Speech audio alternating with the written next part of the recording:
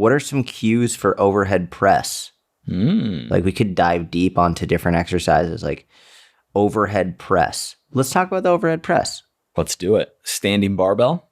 Well, that's, I think, with the first place we could begin. What is your favorite variation of overhead press? For myself or for clients? How about both?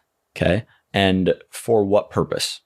For every purpose. Just give your overall favorite for yourself and your clients, and then explain why. Okay. And I think this is probably similar for both myself and for many clients, we'll say. My favorite, if my purpose is pure strength and hypertrophy gains, is a high incline, back supported dumbbell overhead press. That's what I was doing last night, by the way, when you guessed it on your first shot. Yep.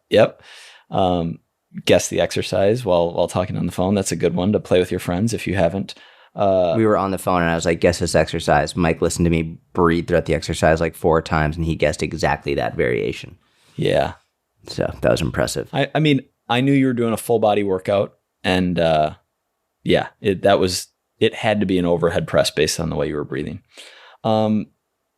And then okay, so that's my favorite for strength and hypertrophy. My favorite overall is probably a standing single arm dumbbell overhead press.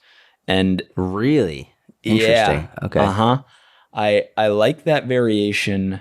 I also like a half kneeling, but I actually like the standing variation even more because it requires you to create so much stability through your core. To maintain proper position throughout the move, that I like that like side benefit, not direct to the shoulder or the tricep or the, the muscles being worked, but, feeling what it's like to properly brace your abs and your glutes and to like learn that stable position.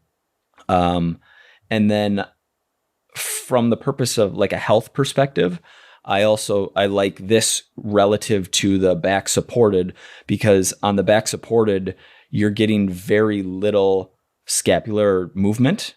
Whereas when you're standing and when you don't have something on your back like that, you're getting your shoulder blades moving through that range, which is just, beneficial from a health perspective and for those tissues and just learning how to elevate and depress your shoulder blade while doing that exercise.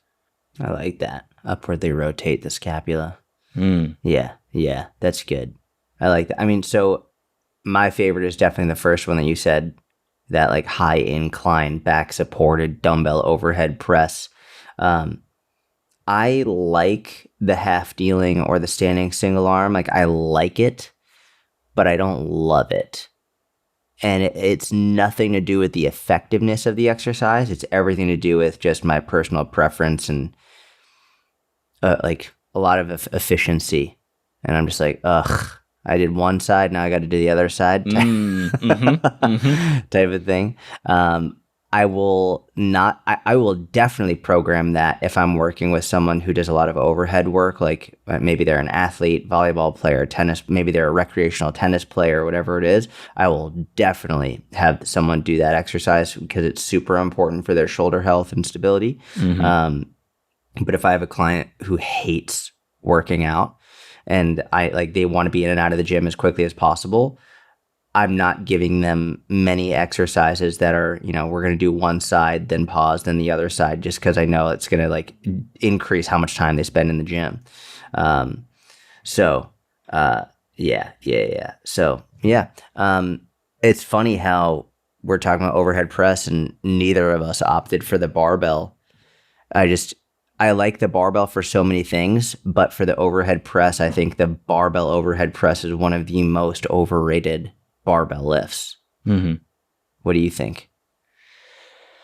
I mean, depending on what you're trying to accomplish, right? If you're trying to get really good at barbell overhead press because you just read Starting Strength and you're like, this is cool, then I think everybody should go through that phase. If what you're trying to accomplish is, get stronger, gain lean mass, not hurt yourself, Program enjoyable workouts. Yeah, it's definitely not at the top of my list. If we're going to go barbell, the barbell overhead press, I would still go high incline, and I would probably do it on a Smith machine. And you got to line it up, right? Because you're on a fixed track there. And, if you're too close or too far away, like it just isn't going to groove right. So it takes some practice with a little bit lighter weight to figure out your setup. But I like back supported high incline Smith machine barbell overhead press. But yeah, like standing barbell overhead press isn't my favorite move. And overhead movements in general aren't my,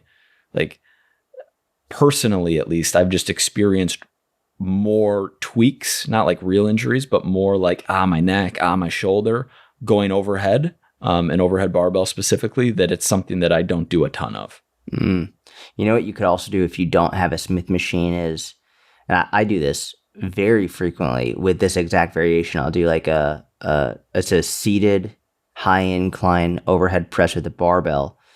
But if you don't have a Smith machine, you can just set it up so the bar is like pushing backwards slightly into the rack, right? So you use the rack as the guide. And you obviously don't want to push at such a severe angle that you just push directly into the rack, but you lightly press backwards so that the bar is guiding up the rack throughout the whole movement. So it's still on a fixed track, if you will, but you don't need it to be in the Smith machine. And I love that variation.